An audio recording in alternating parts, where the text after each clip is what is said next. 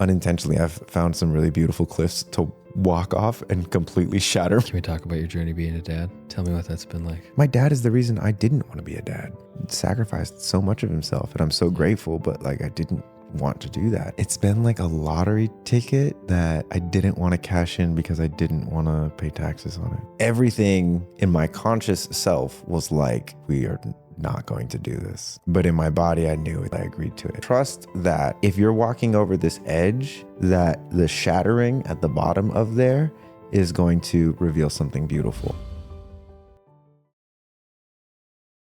And before we begin today's episode, I'd like to just take a moment to thank you, the listenership, for taking your time and attention to listen to today's podcast. And I have a request. If you'd be willing to leave a comment or review, subscribe, like on whatever platform you're listening to this on. It helps me grow the podcast, the audience, find new guests, and complete the mission of making this one of the most impactful conversations today that we're having as a human race. And without further ado, here is today's guest. He is a human design expert, a sensory design coach, and a master of innocence. I could not be more excited to introduce you to him. Welcome, Marco, to the show. Yeah, I'm a human design coach. I'm a Reiki master teacher. I'm a dad. I'm a embodiment alchemist. I'm a sensory design coach. Yeah, I still haven't really settled on something that feels like really defining, which is funny because with my human design, none of my centers are defined. And I was talking to my buddy Eric last night about this, of like the nature of having undefined centers is not, nothing is ever real. It's just nothing is ever forever. I don't really know what the title would be. I'm a fool, bro. Like that's funny enough from like, you know, the tarot cards, like I just pulled the Fool today. The card that I resonate with most is it's the Fool. I just pulled it today. Yeah, you did? Yeah. Okay. Like, it's like embarrassing to like, this is my lord who is a professional fool. I'm like, well, I mean, funny story about that. Are you familiar with like the concept of the Fool within the context of the tarot deck? Not really. So in the King's Court, you know, like you've seen Game of Thrones. Okay, so you know they have like Master of Coin, Master of Whispers, and stuff like that. In our human history, they would have court jesters who would say things like, you know, somebody would say like, "You king, you owe me all this money and this coin," and the jester would say something like, "Yeah, of course, he would give it to you if he didn't spend it on all those whores last night." And everyone would erupt into laughter, and he was just this sort of like comic relief character. But he was, an integral part of the court. And there's sort of like jokings of like, you know, kill the fool. The reason they would kill the fool is because the fool wasn't able to make like satirical enough or funny enough jokes to distract the people and the rest of the court from what the king wanted to do. So the fool was essentially, he could say things that other people can't say. Right. And I've definitely been resonating with 100%. being able to say things that other people can't say. Yes. But we'll get into that. Right. So with the major arcana though of the tarot, this is the very first card. It's the 0 card. And it's right. He's like blindly walking. He's got a little dog and he's like walking off the cliff. Yeah. And it's the sort of like the ignorant state that everyone starts off in. Yeah. And then the very next card is the magician, the one who wields the wand, the sword, the cups, and the pentacles. So you go immediately from fool to like master over the physical, material, emotional, and spiritual worlds. And it's one that the surrendering of the senses is sort of where that comes in. Because sometimes he's blindfolded, but he's generally just like, you know, he's not like looking where he's going. And he's got this stick and a thing in his bag. So he's got like a bag of secrets, but the bag of secrets is the secrets to him too. So anyway, I definitely feel like a fool. I'm not sure how that moniker works as like a professional. It's definitely like a conversation starter. Sure. But that's the closest thing that I actually feel to in terms of having a title. Because all the other things that I do are their titles, I guess. For sure. Yeah. But the mix of them all is like, I'm a fool. I'm the fool. I love that. I'm so glad I literally had a reading today and my friend pulled that card for me. That's what's up. And it was like so accurate. Okay. And then here's the thing that really came through in that reading, but also in my witnessing of you, Marco, and I can even say to some level of projection, but is the master of innocence. Yeah, I like that. You know, like, I mean, that is part of the fool. Like you said, the secrets are even secrets to him. Mm-hmm. You know, you don't know what you don't know. And to be okay with that is masterful. I've realized how much that is under manifested in the world. Totally. And how much people, like I was doing actually another interview earlier today where it was women who are asking me to speak at their human design, conference. And they were asking me about, the deconditioning process and if there's a before and after. And I told them, I was like, yeah, 100%, of course. And the thing that's like most notable is like my level of reflectorness manifested now is like, there's commitments and there's responsibilities and it's like totally the opposite of what I was quote unquote embodied. I say quote unquote because looking back, I'm like, oh, I was not embodied at all. I was just like, human design is your holographic Charizard. So have no commitments, and be completely quote unquote free. And so when it comes to the deconditioning of the fool and the innocence, which is also a gate that is undefined in my chart, the pairing of innocence to create the channel of initiation is the gate of shock. I have the gate of shock. I don't have innocence. So what's interesting is that it's never been something that I've focused on, but it's always been a motive for me to touch into someone cut me off in traffic. Oh, they must be like trying to get to the hospital because their dad is dying. Right. Like I have very little capacity to hold things in my body that aren't true unless it benefits others. And I'm learning, still deconditioning and learning how to let that stuff go. Yeah. And now as I'm doing it, I'm much more heretical. I'm much more, not necessarily reckless, but I'm definitely more comfortable with taking risks.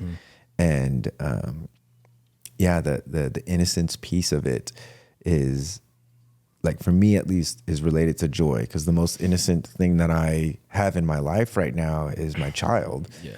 And my 4-month-old child. And it's like, innocence can be portrayed in so many different ways, because my oldest was at one point, 4 months old, which it was a very different portrayal of innocence. And so, I appreciate that, obviously. And I'm coming to terms with, like I said, how under manifested that is, especially in men. Because I feel like I'm someone, I look at a lot of the men in my life and the experiences that they've had, and comparatively, like I'm like very pure. Haven't been, touched, hurt, abused. Parents didn't really even yell at me. I mean, they smacked my knuckles with wooden spoons and shit, but I got put in the corner a couple of times. But and there was part of me that really felt guilty for not having been punished as much as my brothers. And I think that has actually a lot to do with the way that I will like hold on to, like I was saying, lies or stories in my body that aren't necessarily true as a way of benefiting other people. Because I can kind of, soften the blow on people. And I've learned that's a superpower as well. And the opposite of like not pulling the punch and really just letting it rip, which is my blood brother. He's really a lot like that. He kicked my ass one time and I was like, keep kicking my ass. And he's like, what? And I'm like, again. And he kept wrestling me to the ground, and 4 or 5 times. And there's like times when I'm like, all right, I'm done. And I'm like, no, try to beat him.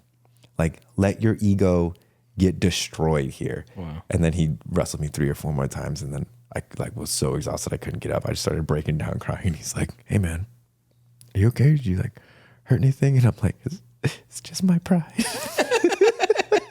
Because he got so big so quick and got really like deadly. And as the older brother, I was like, absolutely not.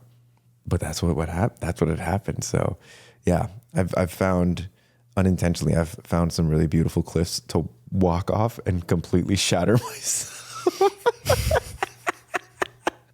which apparently is a really powerful skill. Most people will see it and they'll turn away. Totally. And that's a skill too. Yeah. I mean, discernment is definitely a skill, but also there's the willingness to jump off a cliff and see what happens. Yeah, and I think too, for me, it's like where is the discernment coming from? Because a lot of the times, especially in like my past life, the discernment comes just directly from my brain and my observation of the external world. It usually hasn't come from, you know, a gut feeling or a sense of intuition or even like for instance, with singing, I'm so in love with not my singing voice, but how I feel when everything is pressurized and I'm like really like singing the same thing 5 or 6 times. I used to hate that. I used to be like, I need to get this so I can be done with it. Now I'm like, oh, cool. I get to sing it like 17 more times until it's like really the way that I want it to be. Because it's about the instrument and the energy moving through me. But that's one of the biggest contrasts in discernment, right? Because especially as a reflector, there's not necessarily anything super reliable in terms of my inner being. Like sometimes my my heart, for instance, is like firing on all cylinders. Sometimes it's frozen and it's not going to turn on. And so depending on when I go in there and check, and it's like, for instance, like today, it's at like 5th gear. It's revving pretty hard. And last week it was on like, you know, 1st gear or park or reverse at sometimes. And so, and realizing like, oh, okay, so if this is the gear that this organ is in, and this is the situation, right? What is actually appropriate? Do I use an organ in a gear that's not appropriate for the situation? Or do I try and resource from another organ? Do I reach out for help? And this is where that, you know, discernment even has like many different definitions. And that's the beautiful thing about defining something is you define something and then you make it not everything else. And that for me, I'm like, I feel like I'm good at doing the opposite. Like, oh, that's a tree? Really? What is it? What is it if you just go lick it? How is that supposed to help me? And I'm like, I'm not trying to help you, brother. You're trying to help yourself. I'm just witnessing you. Right. And hopefully cracking jokes that land. Have you ever heard, there's a Alan Watts song on Amazon or on Spotify called like something like The Undesirable Truth, where it talks about how, you know, there are like X amount of colors, and if you look at a leaf and call it green, you've instantly like shut down the possibility of what you see. Right. And it talks about how like the way to experience these things are much more in this world of like, you know, shades and I guess what I'll say is like experiencing it before the definition of it. You know, of like, oh, I'm seeing this as a concept versus like, oh yeah, that's a tree. Right. That's a monkey pod. 100%. You know, it's just like, yeah, it's kind of boring. You know, like there's not much to that. And so yeah, I heard Alan Watts, funny enough, was like drunk when he gave most of his like really famous speeches. I could see that. Have you heard that as well? No. I'm not trying to perpetuate misinformation. It says I have heard that, and sometimes the way he talks, I'm like, yeah, that's pretty brilliant. That takes some balls to say. And so he had that, but I was curious if you had heard that as well. You know, it's interesting actually. While we were sitting here, and you know, the better example, I feel like. It's just had this example in my head of like imagining like a naked woman, of like, would you really just being like, oh, that's an arm, or would you just being like, oh wow, that's in front of me, you know, like not try to define it, not try to explain it, and be like, oh, it's beach colored. Like I have much less of a need to define that when that is in front of me. I'm like, well, and that's a great segue because like, for instance, like food and women and sexual energy and music, right? Like you could tell me what the music sounds like, or you could like, right. You know, like what does it make you want to do with your body? And I feel like a lot of definitions are a result of that, right? Of like my experience with the thing, but then my experience of the thing being the point of definition will then prevent you from having your own experience of the thing. Right. And so, and I feel like because the English language as well is so, it's been called like a slave language or a very like transactional language. And really it's just one of the most powerful languages that we've ever had, because it combines so many different, like Greek, Latin, mostly Greek and Latin. But also, like there's legal speak, there's medical speak, there's all these different sort of like niches and nuances that are totally detached and devoid from the sensory experience.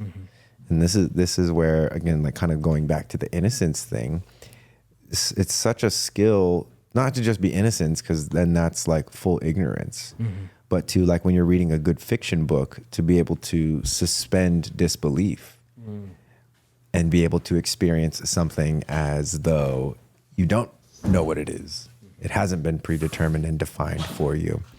And that's where, again, because it's like, it's such a utility of like, oh yeah, that plant is poisonous. If you eat it, you die. Great. That's a helpful definition, right? Until you're looking for medicine and the poisonous plant is also medicine, but because you know it is poison, oh, it's poison, we don't touch that plant. It's not helpful. Right. And this, like in human design, there's a lot of gates and channels that are subjectively viewed from society's perspective, like gate 39, obstruction or provocation. Objectively or subjectively, according to society, it's like, oh, we want to remove the obstacles, right? And so there's a lot of things that are perceived as negative when they literally just are. And without obstructions, without provocation, there would be no abundance, which is the corresponding gate in the solar plexus. And yeah, it's wild to, especially as well, look at like attraction and the chemistry of innocence. And because I'm going through this as well, like the same love that I feel for my daughters is a similar love that I feel for my partner. And the difference, of course, is like one's a woman that's fully matured that I'm like sexually active with, and the others get this like pure form of love from me that's almost like deeper than my love for my partner. And it's when you start to define things like that, it just gets really weird. Like even me talking about it feels really weird. But it's so beautiful because it's again, at its pure source, it's just creative life force. I'm like making up characters and stuff like that. And it's that same energy that I used to like creatively entangle myself with Emerald in order to create these beings. Right. And the expression again is like in terms of the consistency. Like the mind isn't necessarily the enemy. The defining isn't necessarily the enemy. The attachment isn't the enemy, right? It's the inability to attach and then detach, to define and then undefine. Yeah. Because people, I remember, and again, for instance, like my past self, there was so much practicing of non-attachment. I never got to actually practice detachment because I would never let myself get attached. And so for me, it was like oh, baby, I'm a reflector. Like I can't, we can have this festival here, but when we go back into our own lives, like I just need you to know I'm doing my own thing. I got a mission from spirit, from source. I'm divinely guided. I have to feel desired by every woman that I desire in order to truly be filled. That's what it means to be a reflector.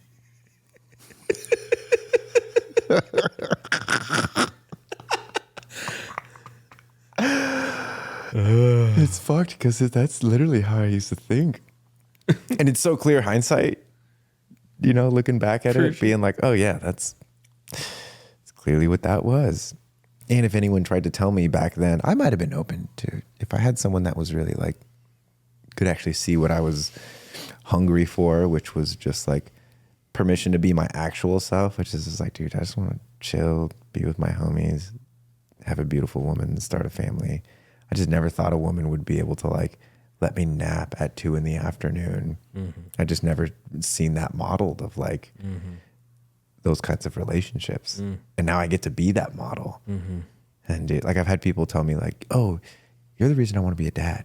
And I'm like, fuck, my dad is the reason I didn't want to be a dad. Just because he sacrificed so much of himself, and I'm so grateful, but like I didn't want to do that, and I'm not doing that. Yeah. Yeah. Can we talk about your journey being a dad? Yeah. Tell me what that's been like. It's been like a lottery ticket that I didn't want to cash in because I didn't want to pay taxes on it. That's a really good way to put it. It was unplanned. And when we first found out, there was just so much resistance to going through with that. And it was like I could feel it was like a blind spot. That was me at the Fool at the edge of the cliff. And everything in my conscious self was like, oh, we are not going to do this. But in my body, I knew it's like, I agreed to, when I met Emerald, I agreed to it. Like one of the first things I remember with Emerald was we were dancing, stayed up all night, and the sun was rising, and I'm looking into her eyes, and I see this like child's face emerging in her eyes. And in my mind, I was like, oh, this is her inner child. Her inner child feels safe with me. And it's like, psych. It's your daughter, bro. It's my daughter. She's like, what's up, Dad? And I remember saying to Emerald, I'm like, I'm going to let you all the way in. Because I hadn't been with anyone since my last serious partner. Yeah. And I resolved, I was like, I'm not going to make love to a woman unless there's the potential to like raise a family. Wow. I love that. And I'm like, like casual sex to me is just like, it's like Russian roulette. It's the most ridiculous thing. And, the worst case scenario is not necessarily that you get someone pregnant that it doesn't work out with. The worst case scenario is that you never actually get to experience true love because you're letting yourself dip into all these like, most of them are very shallow experiences. And I know people will be probably defensive about that being said. But also it's okay to have shallow experiences. You just have to know that you're opting for the shallow experience. Exactly. That's exactly consent. And so, yeah, it was, really challenging at first. And, the night before we actually took the pregnancy test, we went to a bass show in San Francisco and we watched LS Dream, and we got to kind of like, that was our last memory of, us before the transformation into parenthood. Wow. And so after we, kind of moved through the waves of deciding, okay, like we're going to have a baby, we were also like going to a festival. And so after the festival, I was like, I'm going to take you home to meet my family. And I took them over to meet my family. And they're like, oh, Marco, hi. And I don't usually bring girls home. I'm not like that, unless she's my girlfriend. And they had never met this woman before, but they knew I was seeing someone. And I was like, this is Emmy from Maui, and we're having a baby. And my mom just goes, what? And so, like, I think watching the reaction of my parents, my dad was like, what? And my mom was like, just started bawling. And my brother was like, what the heck is going on here?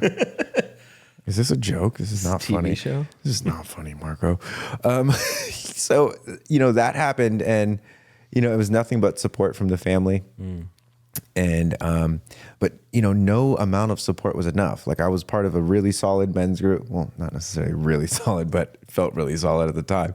I felt like I had a lot of support, but I wasn't on my own team. Yeah.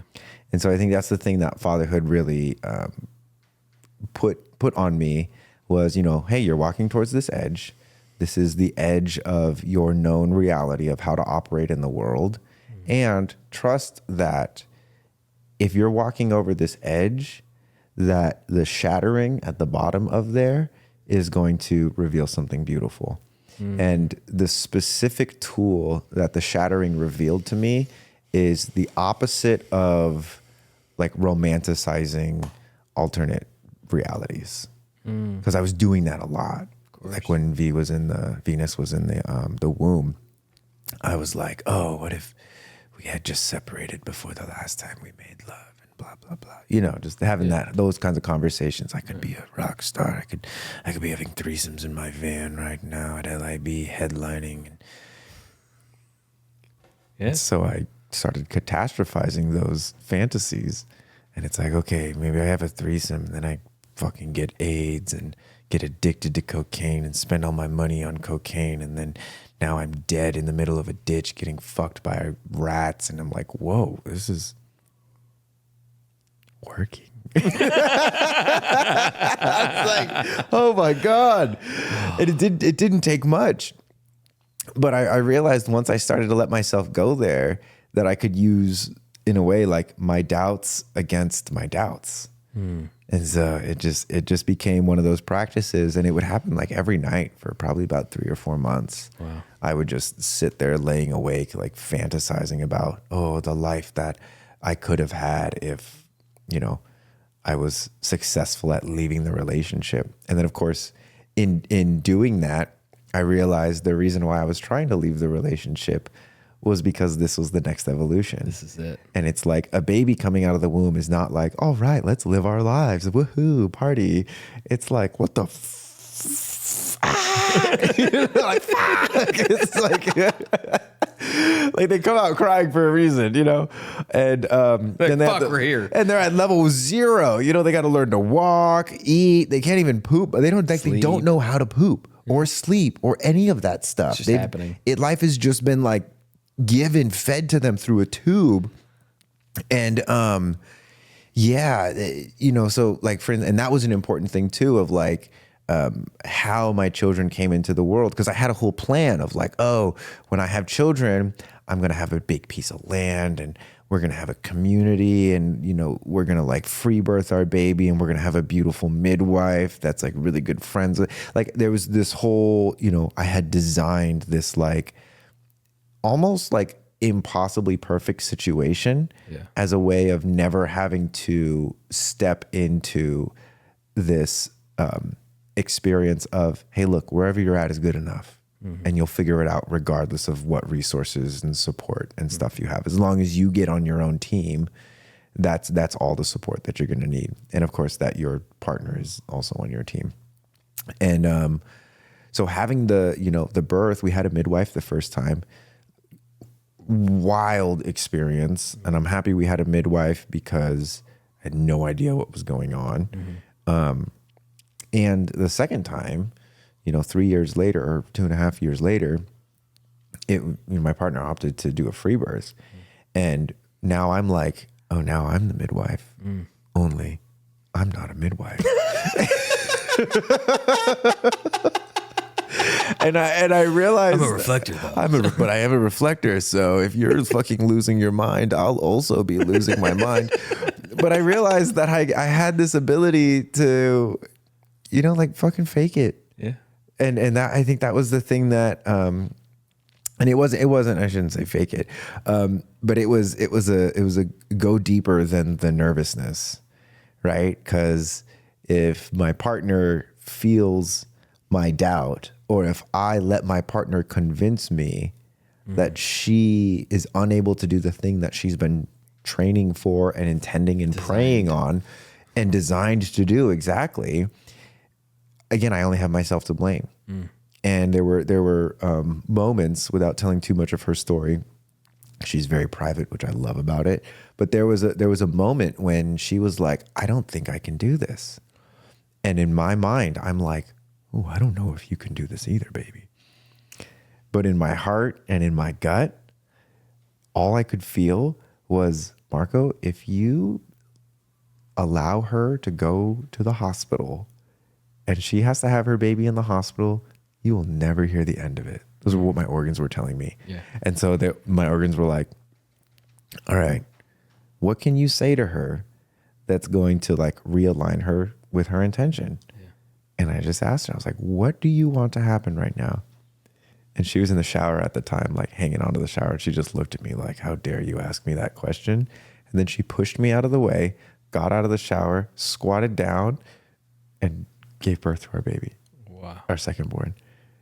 And it was so different than the first time, because the first time she was in the typical kind of like on her back, having the, you know, pulling the baby out. But this time she just like squatted, head came out, and I was like, yes, yes. And it was that feeling of just like, oh my God, like we did it, just us two. Wow. And so, and that, you know, those are experiences. And I encourage, you know, men and women to like free birth your children. Not only for me with the information that I've studied, is it safer and healthier in that way because you don't have as many energies around. But the bond between the man and the woman, if they're both, you know, doing their best to be present, like that is the most valuable thing that happened out of that. Not only are we creating life, of course, but I got to see her do something for hours of just like excruciating pain and then surrender and surrender and surrender. It was like the softest and hardest thing that I've ever seen anyone do. Yeah. And her trust in me and my trust in myself of knowing like, okay, I might be freaking out, but I can go deeper than just my mind. Because everything on the outside was like, oh, there's blood. Oh, she's like really tired. We've been going for hours. It's getting late. And, you know, everything externally was telling me like, you guys can't do this. You guys can't do this. But then I went into my guts and it was like, she can do this. You just have to like take her deeper by going deeper. Okay. So yeah, I mean, and that's just the birth elements of it. But that, I mean, that part was so impactful because, you know, there's like no putting them back in the oven. Fuse base can't go back in the tube. They're here. Yeah. And yeah, I would say to kind of like circle back to the innocence thing, because that has been very super present. So I'm really happy to get that reflection because I've been tracking that a lot. When it comes to playfulness as a parent and parenting as like a role and a responsibility, the level of innocence that I've been able to draw out from myself has been so contradictory to everything that, again, my plan of premeditating how I would be as a parent. Of like, oh yeah, let them struggle. It's like, why do I want to so I can be like a good, proud dad and be like, my kid is overcoming things. I'm like, life is stressful enough. I don't need to add more stress to their lives. If they are going to struggle, you know, it's gonna be in a way that is like really constructive. Like probably the only area of my daughter's life that I let them struggle with right now is like physical climbing tasks. Like Venus, she'll be like upset and she's like, pick me up. And I'm like, honey, you got yourself out into the middle of that river. You're going to get yourself back. You can do it. And it's in the context of like the same thing with her mom of like, hey, like, what do you want to happen? You want to get over here? Okay. What if I'm not here? Even though I am here? Of course. And so, and it's, especially with like climbing in the river and growing up on Maui, I'm like, that was one thing. I was like, okay, I will let them struggle there. But when it comes to like sleeping or, you know, any of the emotional stuff, you know, like I remember like crying and just getting like put in the corner. Oh yeah. And it was like, this sucks. This is fucking ass, bro. It's like, I'm not even mad anymore. I'm just like, do my parents even love me? Shit. Right. But I mean, and that, even that is, you know, to be a good parent in society's eyes, there's a lot of like instinctual, intuitive stuff that we have to sacrifice.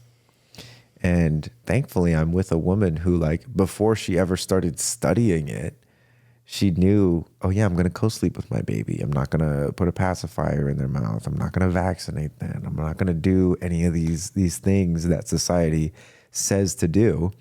And then, you know, looking deeper into it and looking at these sort of like, not necessarily psyops, but like capitalistic pursuits over the birthing industry, the nutrition of the placenta, and the market for that kind of tissue, the military industrial complex, and the installation of authority of like, hey, we have to put this shot on you to get you into school, and all these, like, again, that's poisonous.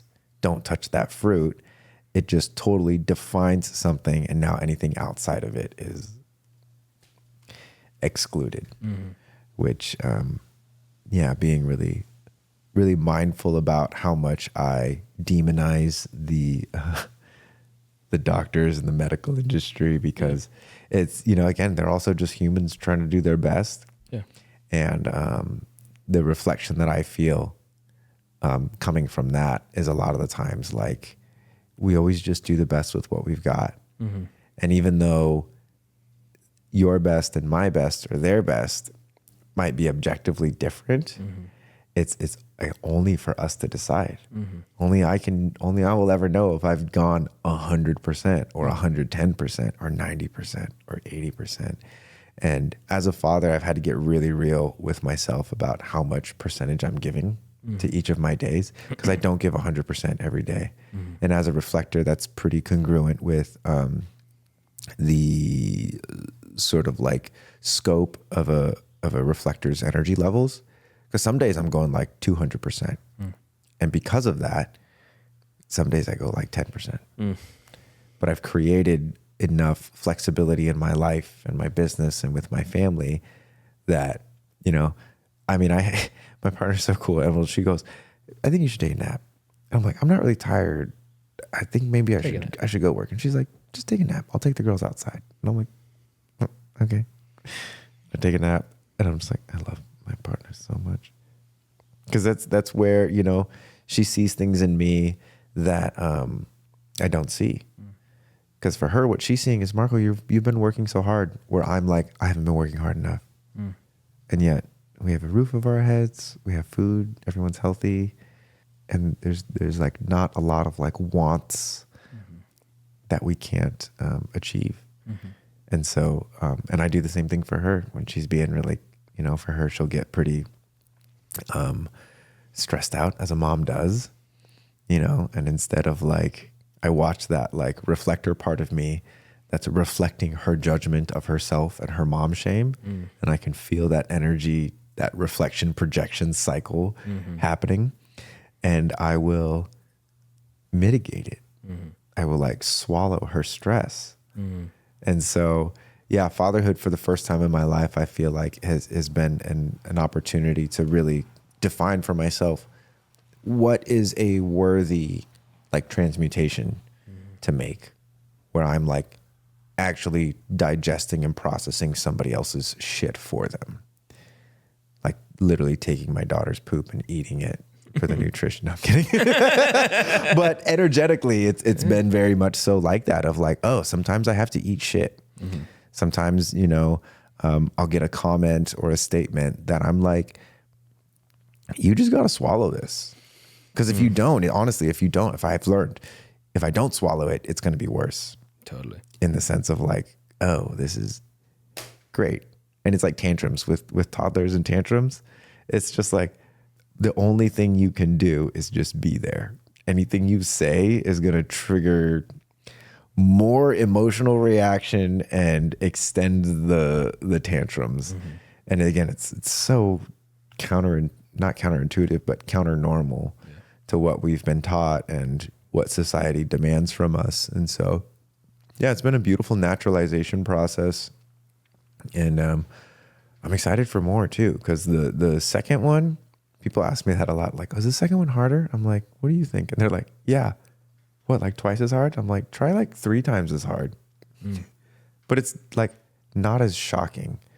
And that's what I think is really special about having multiple children, is it's like, it gets like exponentially harder, because there's more mouths to feed. There's more people that want my attention. But then it's also not as much of a surprise, because they all poop. They all throw tantrums. They all want you to look at them. and watch what they're doing. And then at some point, and I've heard this from multiple parents, it like flips. And now it's like, you know, you've got your eldest taking care of your middle child while you're taking care of your youngest child. And so, yeah, I think it's definitely like, for me, was never something that I wanted. And I would always avoid it. I think, like I said, with women, I didn't want to get too close because I felt like it would rob me of my freedom. But now that I see it, it's like, this was my ticket to freedom, because primarily for me personally, you know, the lust for connection with women is just, it's off the table. And it's not necessarily a like, oh, I would never cheat on my partner. I don't put myself up above that. I just put it in myself in like the reality of like, okay, if I were to step outside my relationship and betray my partner's trust and go against my word and betray my children, like, how would I live with that?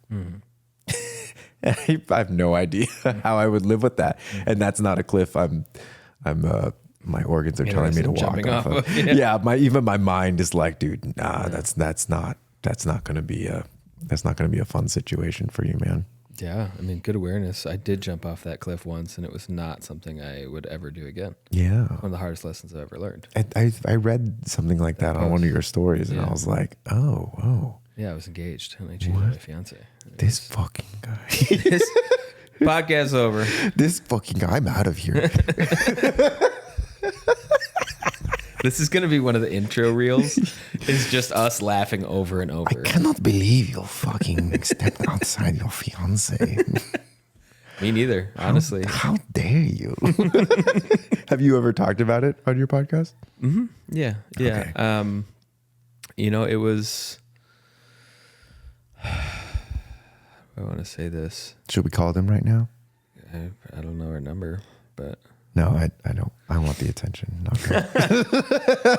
No, like I didn't. I think at the time I didn't understand the energy of settling into anything. You know, I thought I was settling for. Yeah. And the feeling of settling in was too scary because there was too much pain waiting for me then if I didn't have to pursue something. There wasn't something outside of me to chase. Then I had no need for all the adrenaline that was still stuck in my body. And so once all that kind of... And it took years even after it to like really come to understand like what was going on in my body.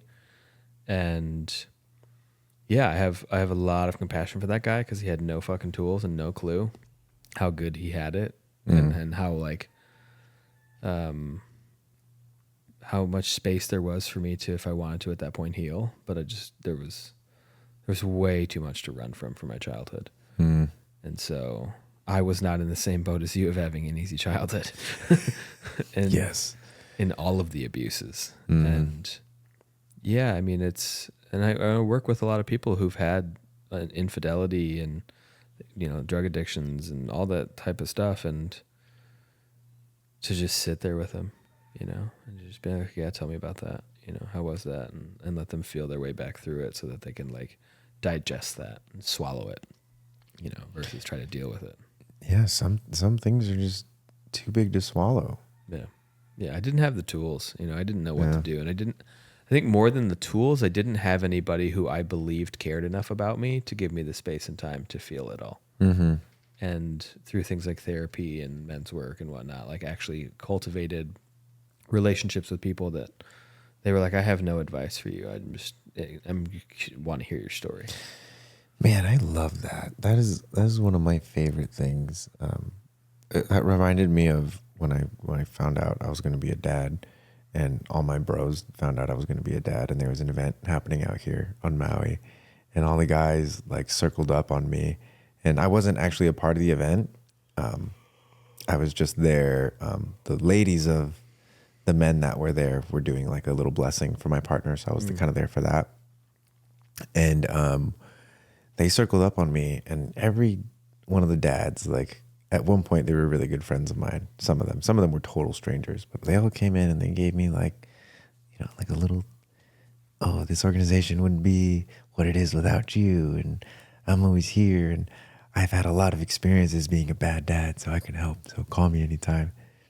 And then my boy Kareem just comes up and he just looks at me and he looks down at my feet and he looks up and he's like, "You fucking got this, bro." And he just like daps me and I'm like, yeah, that. Just like, no advice, just like just a full confidence, like, right. Hey, this is tough and you know it and you're going to get through it. Yeah. And I see you. And yeah, so that was one of the most encouraging things. And that's something that when a lot of times when dads ask me for advice, or like soon to be dads asking me for advice, I'm like, bro, learn how to get that advice from your organs. Wow. Which is advice. Can you tell me? Yeah, tell me more. Tell me more about that practice and how you cultivated that. The organ thing. Yeah. So, and it's I'm really standing on the shoulders of my partner Pasha, who cultivated this as a means of basically overcoming his fear of being punched in the face at his boxing gym. He has a couple bungalows out in Thailand, and it's right across the street from this world-renowned gym, Muay Thai gym. And he goes out there to train, and he's this like big dude, jacked, amazing, biomechanic practitioner, fixed his own scoliosis, all this kind of stuff. And there's these like, 5-foot Thai dudes that he's like fucking afraid of. And he goes, how is it that I'm afraid of them? I'm like, I got a foot and a half maybe on them. And how is this? And so that's he got into more like sensory-based training and nervous system training. Because we were both, when we met, we actually met out here, he was showing me moves like how to throw, over the head and how to use my back chain more, and like, helping me kind of like a mechanic works on a car, like, oh, let's just like grease this hinge up and lube this up, tighten this screw. And he was able to help me do things that, I didn't even realize that was part of human locomotion. I didn't realize that when I'm sprinting, if I get a little bit more into my lateral line when I'm sprinting, I can, conserve energy, move a lot faster, etc. So when he started getting into the sensory pieces of it, I've been a Reiki master since 2012. So that's what, almost 13 years now. And so I'm familiar with the physiology and the energy bodies. And one of the things that I've observed oftentimes, especially with like these vortexes of energies, is that it's not necessarily about an individual organ being like having too much energy or too little energy. It's about the context of everything else. Like the reason, for instance, the heart might have too little energy is because the lungs might have too much energy. And so when he started to show me some of this training, we were linking it to human design in this very sort of like abstract way at first, but then it started to become really tangible. So like in human design, you have the head and the ajna, which is where pressure to think comes from and how to think and conceptualizing information comes from. Ajna's third eye? Ajna would be the third eye, correct, yeah. When it comes to learning about the gates and the themes and the function of those centers, it's all talk, right? Until you breathe in, plug your nose, and then you try to breathe out of that collapsed airway.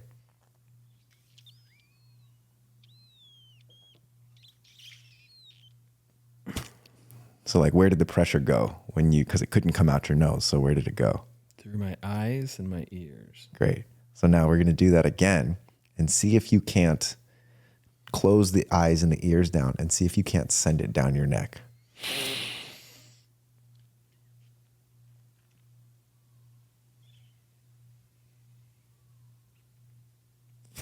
You feel that? Mm-hmm. And it's like, kids do this all the time. They like hold their breath or they, make weird faces. And what this does is this makes the conceptual pressure and the conceptual thinking, like, oh, I got a lot of thoughts in my head, I'm overthinking. It gives you an actual tangible thing to work with. So now it's no longer defined by somebody else. Now it's undefined. Now you can define it. And you did. You're like, oh, it's coming out of my eyes and my ears. And I'm like, oh, okay, well, can you define it and move it down your throat? So then we just continue to do that throughout the different diaphragms. You have the nose both out and in, creating the vacuum. You have the mouth. You have the lungs. You have the actual diaphragm itself. You have the pelvic floor. And ultimately, the ability to, for instance, hold positive pressure here and then create negative pressure in the nose. I mean, this is what life is all about, right? Being able to hold opposites and polarities in a way that's appropriate, that they can be harmonized, because it's not about balance. Balance is like, an ideal. Farce. Exactly. This is a psyop against the people of the good earth. Nothing is entirely balanced. It's just an illusion. But balancing and harmonizing is such a beautiful thing. And so when it comes to, for instance, we would call that like an introduction to pressure. Like you can do the same thing with your heart. So if I were to imagine like taking my ribs and squeezing my lungs so that they can't expand outward, and instead of letting my lungs expand outward like they normally do, let me get them to squish my heart. And I can put a lot of pressure onto my heart. And kind of what I'm doing is I'm like, now kiss, like I'm getting my organs to be friendly with each other.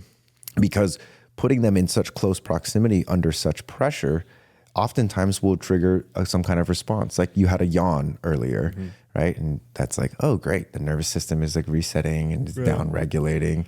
And it's like, so being able to consciously or more consciously, because everyone, I feel like to a degree, knows how to relax themselves.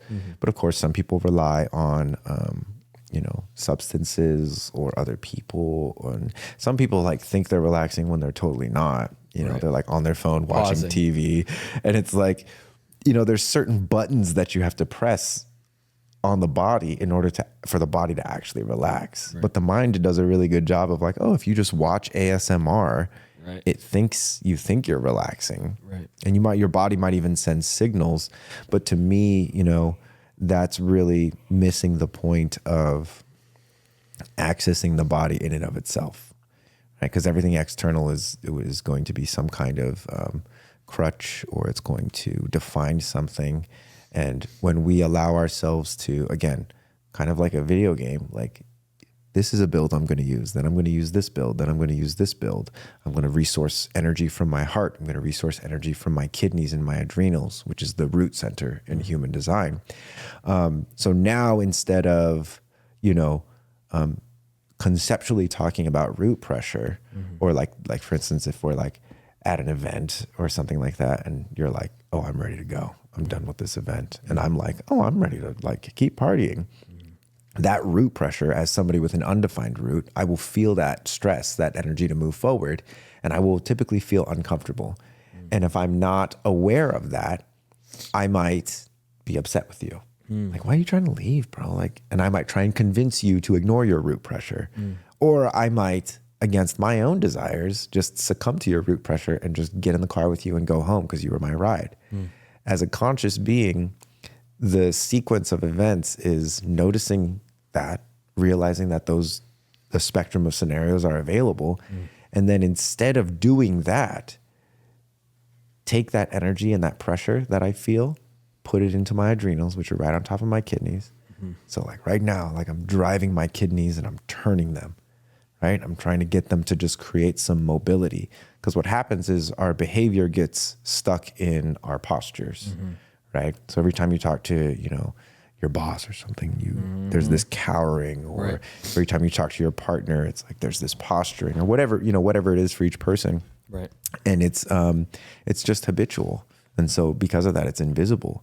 And so by getting the organs, even to just like subtly move, or getting the ribs, instead of just expanding, to actually rotate, understanding the actual vectors, even the fingers, getting them to like work in these like spiral planes. So every organ has the ability to move independently. And it's also going to move based off its relationship to the other organs. So it's about this self-association, saturation, and shoving blood into organs, basically. And it's not something that's new. Sensory training and nervous system development has been around for a while. And in this context of, for the most part, a lot of the neurology and stuff, it's geeky science, nerdy stuff. It's very devoid of spiritual essence. And so somewhere between the bridge that connects the fitness world and the human design world, there's a level of like individualized mysticism that touches on physiology, which is the study of how we're all the same. Yeah. So human design is the study of how we're all different. Mechanics and our physiology is the study of how we're all the same. And Pasha and I are geeked out on sharing this with people because it has helped us in so many ways just continue to see these cliffs coming and like happily close our eyes and enjoy the process. The fear is still there, of course, right? But now there's also like a tangible development of courage, a tangible strengthening of the heart, a calming of the blood, or a heating up of the blood if it's appropriate, while maintaining that level of spontaneous awareness that oftentimes is usually only available in like life or death situations. Yeah. Like I'm able to do that with my daughter. Sometimes I'll just be thinking about work and I'm just like, swallow it, eat it, bring it in. Because this is a inferior processing mechanism when it comes to what's going on in my body. Sure. This is really good at processing everything that's going on out here. But right, if I were to ask you like, oh, how does your sacral feel? That's all you have to say. That's the response. And so, yeah, getting people to really trust that is the only way to learn how to trust it is to practice it. Right. Yeah. I love that. And yeah, I remember hearing about being a sacral, what is it? What's the word? Generator, but like sacral being is what we would say. Yeah. Like in terms of like, it's like sacral or non-sacral? No, like emotional. Yeah, emotional. Yeah, emotionally. Yeah, emotional, sacral, emotional, or whatever the fuck. Yeah, so those are two separate centers. Sacral would be the Right. Emotional is more of the riding the emotional waves. Yeah, yeah. So like the thing, and like allowing myself to, it was almost like a muscle testing. Well, I mean, it's quite literally muscle testing. Yeah. And what's funny about muscle testing as well, and some people are so damn good at it. But in order for muscle testing to work, it's kind of like hypnosis, right? I have to like surrender my intelligence to the super intelligence. Right. And so when it comes to the sacral, and I learned this because of Pasha. It's actually one of my most successful pieces of content is me asking questions on TikTok and inviting people to go, right? My sacral calibrations. I learned this from Pasha because there would be times when I'm like, hey, Pash, do you want to like come to this party? And he'll be like, he'll get one of these like, I don't really know. And then he would say like, ask me some different questions, like calibrate my sacral for me. And I'd be like, well, are you hungry? And he's like, Are you thirsty? Are you tired? Do you want to come to the party? Okay, right. I guess I want to go. Right. And it's a perfect example of like the mind being somewhere totally different than where the body is. Right. And how with experimentation, what we've learned or what we found is that like really when you let the body lead, so much way cooler shit happens than when you let the mind lead. Totally. Even if it's a disaster, it's like, even if it's a disaster, it's like again, like you either learn through the trial by fire or you avoid hot things your entire life. And there's a lot of good things in life that are hot. Oh, so many. No, it reminded me of my birthday. Like my old roommate invited me over for dinner and I was like, eh. And then I was like, why am I eh-ing? And I was like, okay. So I started asking myself some other questions because it's Friday night. It's like, do I want to go to the drum circle? Not really. Yeah. Do I want to go to ecstatic dance? No. I was like, do I want to see people? And it was like, and then I ultimately got to a yeah. Like I was like, yeah, I want to go. Right. And I'm so glad I did because it was so fun. It was so chill. Like I didn't have this like uncertainty potential dopamine hit that was coming. Like I got a dopamine hit from like community and him cooking me dinner and sitting by the fire and drinking kava. But there was this like, there was almost this like, this risk I was looking for. It's like, oh, it's my birthday and I can go to the drum circle and meet some random person. Or, and it was like, is that really what I want? I was like, no, it's not, you know? And so I ultimately ended up going, and I was so glad I did. It was so fun. Mm-hmm. But to notice that my body was having a conversation different than my mind, and without some of these tools to actually distinguish that, I could have easily just like went a completely different direction based on my mind, been found in upset or disappointment, and then being like, how the fuck did I get here? You know? Right. And it's just like, so. And the mind will find an answer for that too. Totally. That's the insidious thing about the mind is like it can even feign a sacral response. The mind can pretend to be the sacral, or to speak for the sacral, or to focus the sacral's energy on one thing. Yeah. Like, oh, I love how you mentioned that, because for birthdays I feel like are so one of the most tender things for all human beings, right? Because it's like, oh, I woke up feeling such a type of way. Yeah. Oh my God. I was laying in bed and I was like, God, I'm feeling so like emotional. Mm-hmm. And I was like, what is this? You know, and I do a lot of IFS parts work. And so I was like, okay, who's present in anxiety and hopelessness and anger and worry and concern? Like they all raised their hand. And I was like, who's not raising their hand? And it was like this younger, he was a teenager. This part of me that's like, oh, I don't get what I want. So why would I even tell you I'm here? And so for me to hold that part of me, I was like crying in my bed at 6:30 in the morning, you know, just like all by myself on my birthday. And just like letting myself like, oh buddy, that makes so much sense. Like you liked all those girls and none of them liked you back. Mm-hmm. And the mind would say they used me, but I was an active and willing participant in all of it, to being like, I'll do whatever you want if you show up for me. Yeah. And they didn't. And to just in that moment being like, yeah, that makes sense. And just to hold him, you know, just to give him that tender love. I cycled those emotions and I was like, well, fuck, now what do I do? And I was like, I'm going to go to the gym. So I go to the gym. We're going to get fucking yoked. Let's go get jacked. Let's go get sexy as fuck. And then while I was on the way to the gym, like, because my belief, right, because I let myself cycle this feeling like I don't belong or I don't matter, whatever you want to call it, not important, I got a text from one of my buddies and he was just like, bro, I'm like, and I met him at a breath work pretty recently, but just had a real deep connection with him. And the message he sent me, I was literally in tears driving to the gym.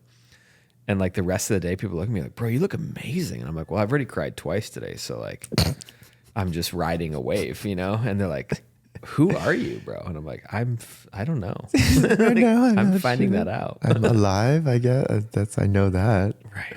I am not these feelings.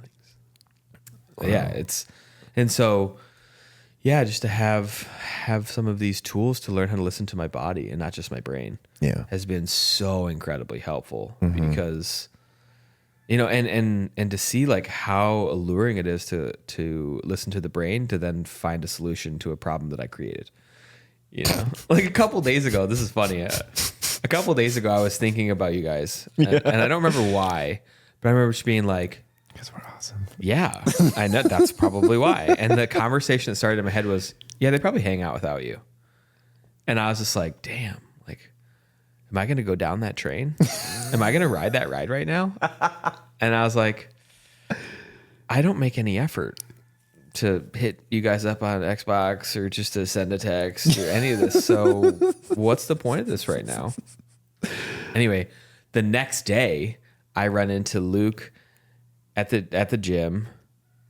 He invites me over tomorrow for this thing.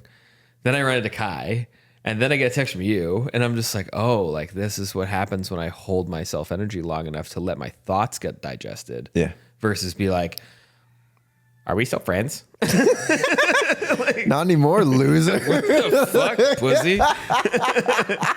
Why are you being such a bitch, bro? Oh man. It's like the unspoken bro code. Some dudes get it and some dudes need reassurance, and that's why a lot of the times people pay to go to men's circles and groups and stuff like that. And and I get it, but at a certain level, it's like, well, if you're like paying for friendship and brotherhood, what is your way of being really? Right. And why is it that you have to do that when you could really just like actually connect with some dudes? Joust on some one wheels. Yeah, dude, I'm so excited. When you text that, I was so like, good. dude, that is some It's shit gonna right be so there. good. And honestly, it's funny because it's like, what is that doing for the world? Is that productive? Is that like helping us manifest the realities that is going to? Yeah, actually, it is, dude. It is. When you're talking about that teenage version and how you have these tools now as an adult, one of my greatest motivators, especially that I have daughters in the world, is that I go and my partner Pasha and you and Kai and our whole crew becomes so insanely not necessarily that we need to be famous, but that our work is so well known because these tools are dumb simple. You know, like the sacral calibration thing, or even the like plugging your nose and like opening up the drain of your throat, getting all of the thoughts out of your head and putting them into your body where they can be much easier, like so much easier to digest those. Yeah. Right. And that's probably what you did with the text, instead of like channeling it through your fingers, you dropped it down into your stomach and your stomach metabolized it. And then the reality manifested of like, hey, we fucking love you. And yeah, we're still friends. And I'm like, so stoked. Dude, anytime anybody asks me like, hey, or tells me, yo, I'm really loving the music you're putting out. I'm like, you can thank my buddy Scott. And they're like, who's Scott? And I'm like, yeah, wouldn't you like to know? He's my friend. He's probably got busy. People. He's got enough people fucking trying to get on his podcast. Okay, chill the fuck out. Dude, I was so stoked when you started releasing those songs. Man, it was like so much easier than I thought. Sure. Like there was none of the like stories of resistance because I thought what was gonna happen was I was gonna open up a track and I was gonna be like, oh my God, I need to re-record these vocals and I need to do this and I need to do this. And it was really refreshing because it was kind of like, even though I had been building up those stories, coming back to them and being like, hey, turning the flashlight on and being like, is there any insecurity in here? Like, no. How about over there? Like I really looked for that shit because I wanted to work through it. Totally. And I didn't really find any. Yeah. And so I was like, oh, I must have like taken care of that on some level to now where I'm just like, oh, cool. What album artwork am I going to use? I did actually have something kind of spicy come up with my partner around releasing the music. And of course, releasing after I look really hard for the insecurity that it comes up after the music is released and I'm making posts about it. And she goes, is that really the music that you want to be releasing right now? And I'm like, what do you mean? And, for me, I'm like, oh, this kind of feels like, because I'm working on different kind of music and like currently.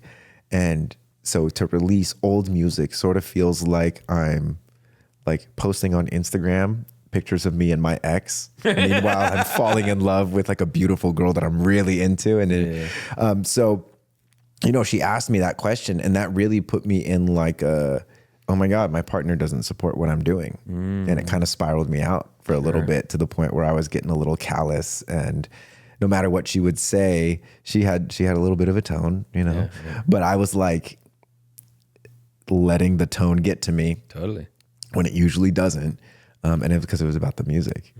And she didn't understand the creative dynamic that I have with that music as it pertains to releasing music. Yeah. Like I'm like, oh, I want to work on more music, but I have all this music that I made that I'm not releasing. So if I just work on new music and I like ignore this shit, it's kind of like that teenage boy that like never gets what he wants. He's like, I want people to hear this song.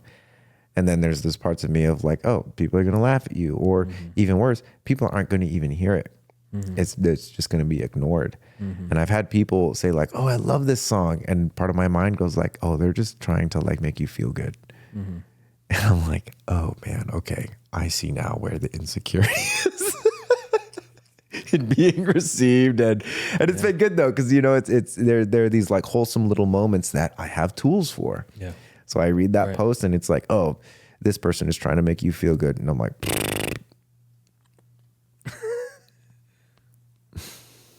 like, cool, whatever, bro. like I'm starting to bully my mind now. It's like, oh, you think that hurt? Yeah. Like, try harder next time, buddy. And of course, he'll sometimes get me. Like, he got me with my partner, and that resolved really nicely, though. One thing about me and my partner is we have no compromised channels in our composite. So when we put our body graphs together, she only has one channel, so there would literally only be one opportunity for us to compromise each other. Compromise is when there's a full channel and then the other person has one of the gates, right? As opposed to an electromatic where it's like, I have one channel, or I have one gate, you have the other gate. That creates a channel. This is one that creates a compromise in the sense that, like, oh, you have a way of being and I sort of have that way of being, but when I'm with you, I have that way of being. But is this my way of being or your way of being? Interesting. And now that I feel this way of being, I'm going to critique you on your way of being. So it's, again, beautiful hall of mirrors. But we've recognized that a lot of our body graph dynamics and the in the composite are just so effortlessly manifested in terms of like, oh, we have emotional charges around this. What is her emotional charge? What is my emotional charge? We both have undefined solar plexus. So can we, whether it's real or not, bypass it for a second so that we can see the real thing that's going on here, which is she does things a certain way creatively. Yeah. If she's making art and she wants to share her art, she's going to share what she's making right now. Yeah. I work differently. Yeah. And naturally it's creative differences. Right. And so for me, it felt like she was sticking her paintbrush in my, trying to paint on my canvas. Yeah. And what the worst thing is, like, I do that to her. I'm like, you know what you should do? This art is really great. You know what you should do? So it's beautiful reciprocity in that way. Yeah. But dude, I've been loving releasing it. I've been loving the responses. I've been loving going back in my feed, in my my photos, and like kind of similarly, like I'll see pictures of my past self, my past life, and be like, oh, there's the, like, free version of Marco that wears Thai fisherman pants and a sarong as a belt, even though the Thai fisherman pants have a fucking string to hold them up anyway, because it looks cool. And it's neat because, for me, it's like I'm very hypercritical of myself, but then I become like, oh, that actually does kind of look cool, and it's okay to like look cool and want to look good. Right. And there's also the like, oh, I put big tires on my truck because I got a little dick kind of energy, and it's so funny looking at myself and being like, ugh. I get it. Because I heard a quote once. It was actually in a men's circle. We were doing this like round robin counseling each other, and this guy was like, the greatest thing I've ever learned from my time as a software engineer is that if I can't look at code that I wrote a year ago and cringe, I'm not growing fast enough. I'm like, damn. My past self is not as cringy. I need to grow more. And now I'm like, oh, dude, a year ago, Marco was super cringe for me. But like 10 years ago, Marco, or 5 years ago, Marco, like when I wrote this music, not as cringe. Sure. Not as cringe, because it's more just like I see, again, I've bypassed a lot of things in order to be, or process whatever it is. Doesn't really matter. I can see what actually was going on there. Yeah. And it's just, a guy that wanted to be accepted by everybody, but was still not accepting himself. Yeah. I don't hear that isn't cringe enough. I just hear it as you've done a lot of healing work to accept the parts of you that you would normally judge. That's how I know I got the cringe, because now I do it on live and post it. And it's just, and it's funny too, because it's the cringe that gets remembered, and like there's some incredibly like disastrous music that is only memorable because it's super cringy and like, oh, kind of feels like nails on the chalkboard. Can you turn it up a little bit? So what's that term? Like all press is good press. I don't necessarily believe in that, but Same. I've realized how much value there is in the cringe, because that's not something other people can really relate to. I would never do that. Yeah, because you haven't cultivated the courage to do that. Right, that's the game. I think more than anything, that's the word for 2026 is courage. Courage, 100%. Yeah, 100%. To live. My dad sometimes. This has been a big part of my healing journey. I've unknowingly realized recently, like I thought it was mostly my mom, and for a long time it was repairing the relationship I had with my mom and therefore women. And when I went to Korea, I realized how much work there is and has been with my dad. And yet, in a way, because of all the tools I have now, what took me maybe 8 to 10 years with my mom could take me 8 to 10 weeks with my dad. Because it's a completely different game now. And so the experiences I had with him in Korea, like I heard things that most humans, let alone men, would dream of hearing from their fathers. You know, and one of the things was, you know, my dad was an engineer and my brother's a doctor, and so my dad looked at me and you know, he's like, you know, I never once had to be courageous in my life. You know, I just showed up at a job and someone gave me a paycheck, and I did it over and over until it was done. And, you know, I am where I am because of it. And he's like, Scott, you have courage that I've never seen elsewhere in life.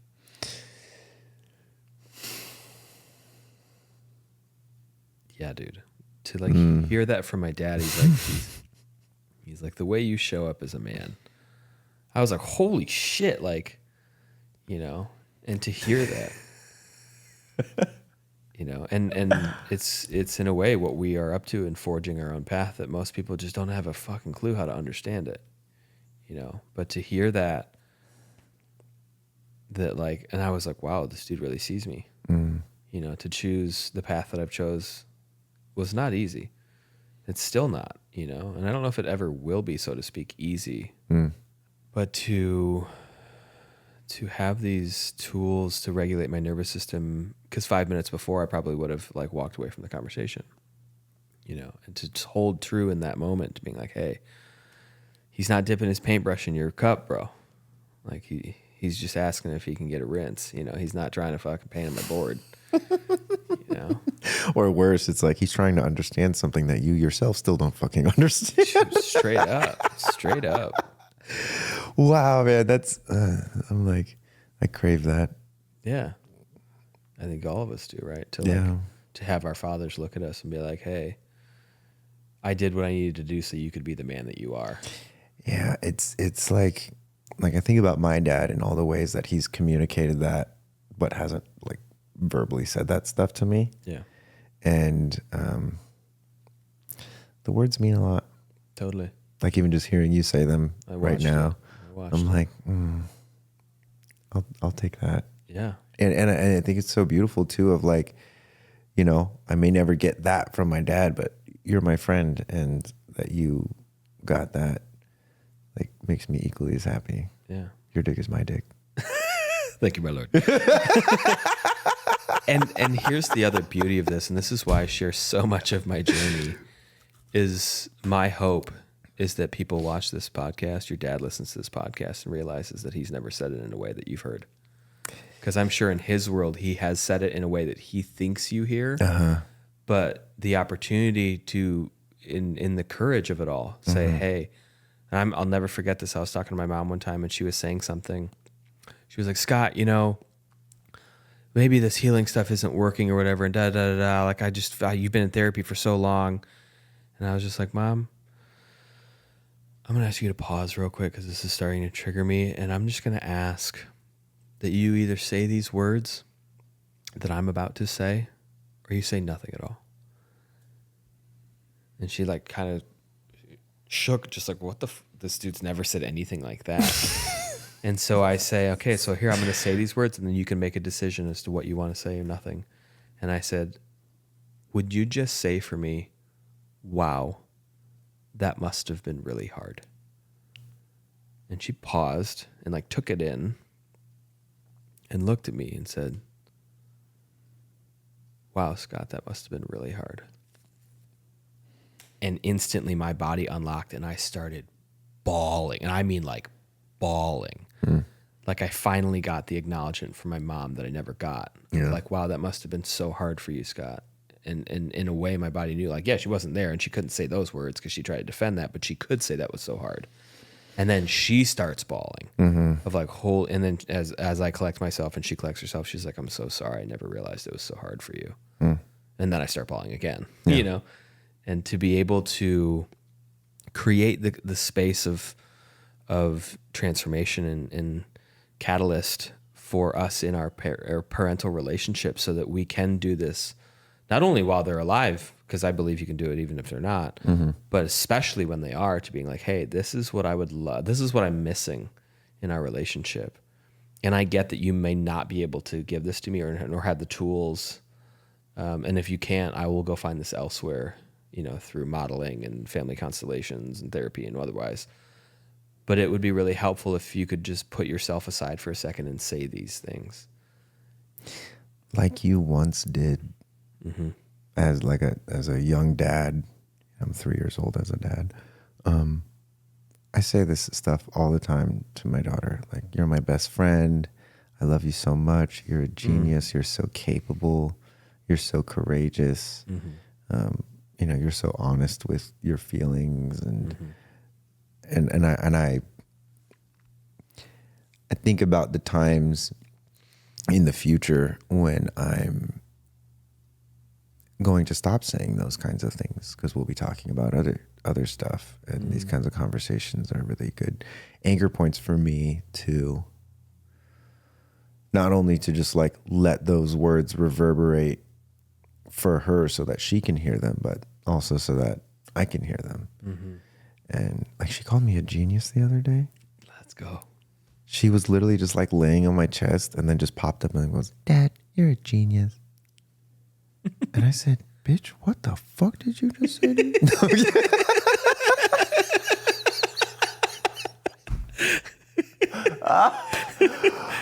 I was so taken back. I was like, Emerald, did you just hear what she said? She goes, she called you a genius.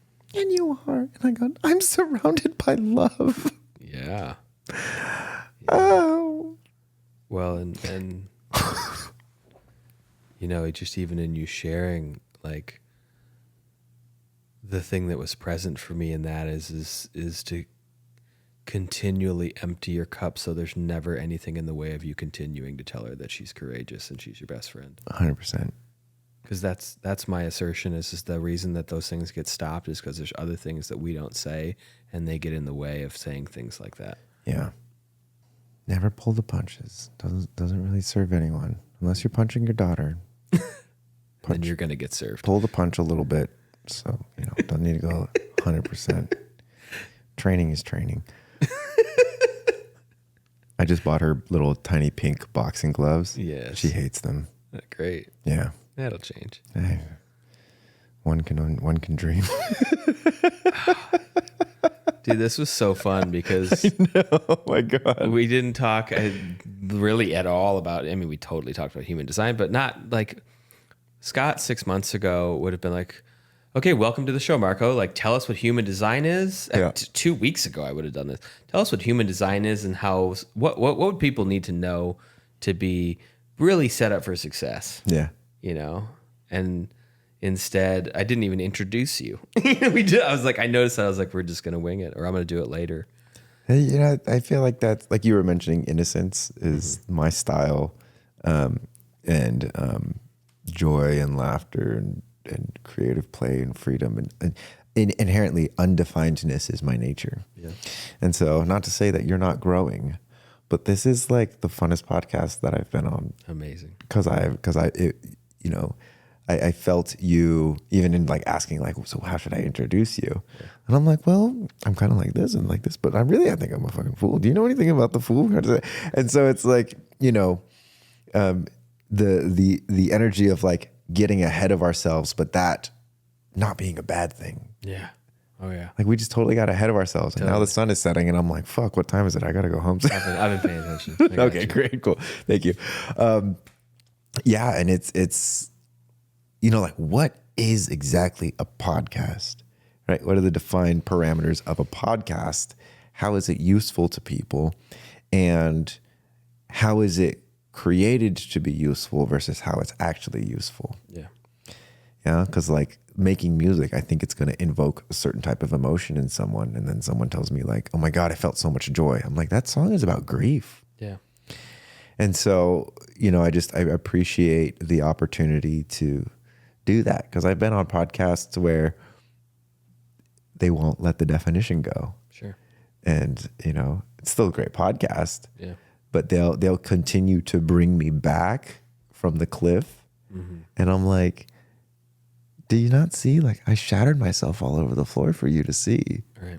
So you're not going to, no, we can go. Yeah, good. This is cool too. This is lit actually as well. But did you know? It's like, and I'll just like throw I'm like the guy, like we're driving and I'll just like jump out the door. You'll be like, did Marco just jump out the boat? And you're like, oh yeah, he does that. And you're like, are we going to turn around to get him? It's like, no, he's got a jet ski that's coming to pick him up. He'll be on the house in like 20 minutes. At least I endeavor to be there one day. Yeah. At least with that actual scenario, I think would be fun. Yeah. Stage a shark attack on myself. It's like, oh my God, Marco's dead. And then I'll come back as like jump off the cliff. I'll be like a shark hybrid and I'll pretend to get one. One of you guys will be in on it. Maybe it'll be you, Scott. Perfect. That's a real. We'll make and it. then I'll eat you, and then we'll both be shark hybrid, and it'll be this like zombie shark tornado brotherhood situation. We went all over. We went all over, bro. I love it. This is so good. What's so great about this too is like I've built a community off of literally showing people the rawest parts of the inner workings. Like the archive was literally like, hey, Pasha, you're teaching me this stuff privately and you're doing this stuff with your clients. You don't have a curriculum yet, right? But let's start teaching classes. Yeah. He's like, okay, what kind of cameras do we need? And I'm like, I don't want anything in your fucking way, bro. I just want you to teach this to people. Right. And what people have done, whether they were on the live class or they watched the pre-recorded class, like I look at our community and people are like, is anyone like crying profusely after doing this, silent scream exercise? Or this is hard, but I can feel how much it's working. Or these are my, 28-day photos and my face is like way more symmetrical now. I can breathe better and sleep at night. And, now my cycles are better. And it's just like the body is meant to be like used. Mm-hmm. And if it's not, you use it or you lose it. Right? You use it or you lose it. But there's parts that we don't even know exist until we use it. And then lose it. And then lose it.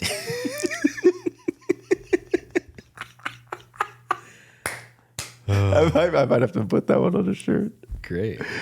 It's so dark in here now. It is. I was like, this is like the surrender. I'm like, okay, how many of these reels are we not going to be able to cut because it's too dark? And I'm like, who cares? We'll figure it out. Or it's a great audio clip and it's just dark as fuck. Dude, right. Well, and so this is a great, maybe we should like end here and pick up here because I'm probably going to try that Suno thing that you were showing me. The saturation that I was mentioning earlier of AI music in the listening spheres is going to create what has already been happening that got like amplified by COVID, which was like these like big EDM sellout festivals sort of got replaced by these, government mandated smaller events and experiences. And the place that we're going towards, at least from the human design perspective, which is called the Cross of the Sleeping Phoenix, it's a time for the infrastructures and the bargains that have held society together to fall apart. And we already are seeing these infrastructures fall apart. And so, there's going to be, and there already has been a rise of this like really gritty, unpolished, super relatable kind of like influencers and stars. And I feel like when it comes to music and even like podcasts, it's not necessarily the person who makes the most polished podcast that is going to do well in the world that's coming. It's the person who's willing to strip the definition away from what a podcast can be and still put stuff out there. Totally. And I like love that. be able to deliver the value I love that. without the, you know, the traditional stimulus. Yes. And markers of authority. Because that kind of shit is like with AI, it's like, oh, I could put myself in front of a Lambo, and in every scene, I'm in front of a Lambo. Right. And it's all AI and no one knows. Right. Right. So fucking I'm gonna fucking put myself in front of a one wheel and my boy's jousting in the background. God, it's you know, so good. It's so we're really in the turn, and it's crazy for us too, because you know, we lived in the time when it's like everyone had flip phones at one point. Totally. And then they had smartphones. Yeah, exactly. No phones, flip phones, and then smartphones, and now AI. Right. And we are literally the last generation that is not going to be inherently woven into AI and social media. Right. I mean, sure, there's going to be some Gen Zs that are not, but most of them are just like fully in that. And they still want and crave that human connection. Mm-hmm. And so, yeah, this is a great divergence and undefining of what a podcast can be, because at the end of the day, you know, it's like, dude, a podcast is a conversation between two people, and it's become this like source of like wisdom and information for people to literally just masturbate their minds into the second heavens. Dude, that right there. That's, well, the point of like, when you said, what is a podcast? It's an invitation to forget about time. Yeah. It's just to be in this conversation and not be of the world. Right. Or in the world, you know, to be of it. And like, that's what I see possible for this now, of like, I don't have to prep for these things. Or it's like, if you feel like you want to prep because you have a certain guest and there's certain things you want to get out and they're only going to be here for a little bit, like that's authentic, that's real. And it's like me, like, bro, you can call me over next week. I mean, we're gonna be hanging out tomorrow, you know? And honestly, it's so beautiful because I value, as someone who is so undefined, I value so much the defining of like this moment at this chapter of like my life and you and your life, and having these meeting points. I'm huge into documenting the journey, because at some point we're gonna be cutting this footage together. Yeah. And it's going to be like, oh, the meteoric rise of the Blue Pill Boys, you know. We're doing this documentary. It's like the Wolf of Wall Street, but on Maui, and with, you know, sunning your butthole instead of selling penny stocks. Yep. This is the behind the scenes for all that. Yep. Love that. And this is the undirected part, you know. Just put it on wax and deal with it. Right. Deal with it later. 100%. Or we'll pay someone above average living wages to deal with it happily. Man, thank you so much for making the time, and then also for having a system of support where you could actually show up still. Dude, I'm so grateful for it, and I've been still to some degree resistant to it, and not I want to say like not milking it, and I think that's one of the reasons why I deserve it, just because I don't use it unless it's really important. Yeah. And so, keep you humble. Thanks for acknowledging that, because I love my family, and I look forward to my people them. Are solid, and yes, you're gonna love them. Yeah, they're gonna love you. Great, awesome, brother. Well, thank you so much, Margo, for coming on the show and sharing your life and your stories and your journey. I look forward to hearing from folks about what they got from this. Me too. My Lord, it's been a lawful pleasure. May we do this many, many more times. Absolutely, brother. What is the name of this podcast? The Embracing Human Podcast. Well, goddamn.